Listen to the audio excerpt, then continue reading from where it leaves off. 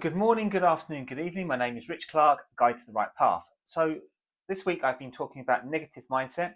I've talked about the different types of negative mindset as for part one.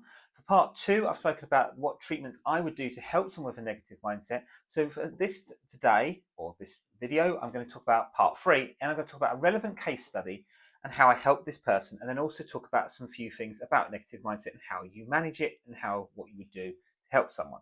So first of all, about negative mindset, what is it? It's about the way we think and how we work with our motivation and so forth.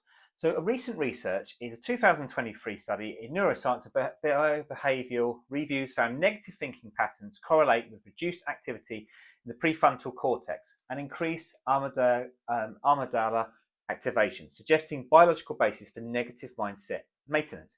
So as I'll put that into more simple layman's English, it basically means that the more we work with negative thinking patterns, it actually works for our prefrontal. So frontal cortex is what we do in our motivation, our drive, and so forth. And the frontal cortex is actually how that works with our decision making, how we work with that, our fight or flight mode, and so forth.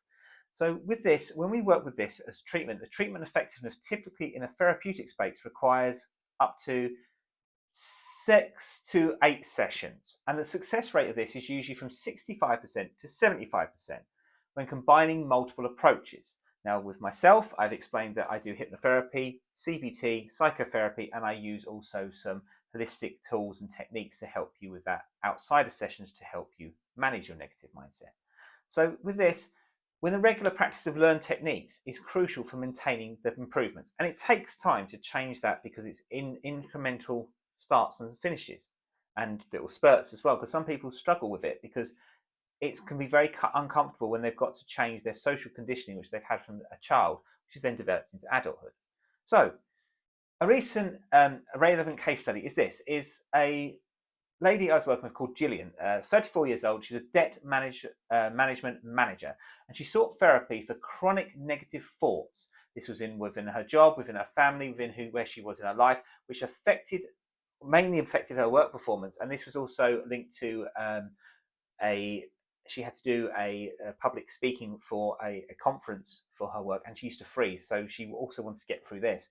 And then worried of getting into bouts of depression. So she would get times where she was shut off. I was working with her during the pandemic time. So it was obviously very much, she used to be working in an office and now she was working from home.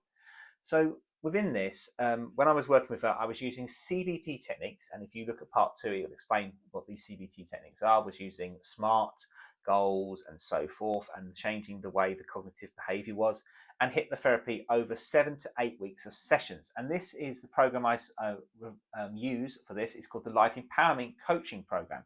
And this mainly was addressing her core belief of I'm not good enough. It was also a lot of imposter syndrome, and also she also had a lot of catastrophizing as well, which was an issue.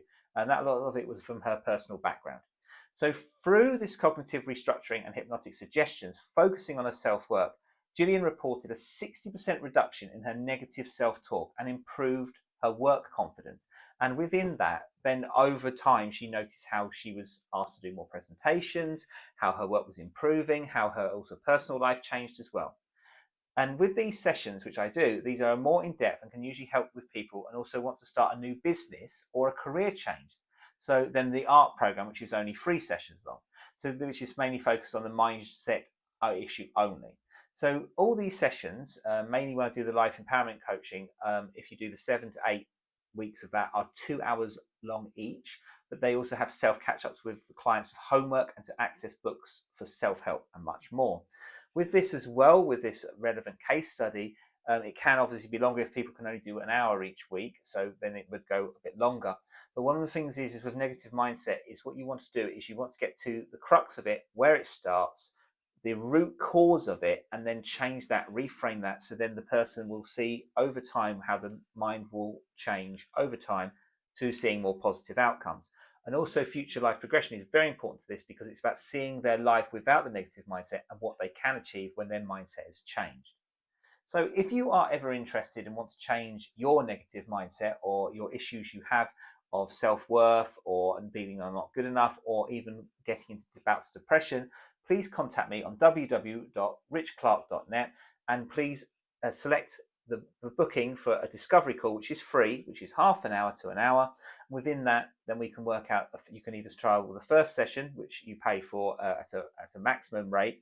And then after that first session, you can either decide to go on a program, or you can work with me on that, and these different programs will work. I would say for most people, it's going to be 3 sessions or more.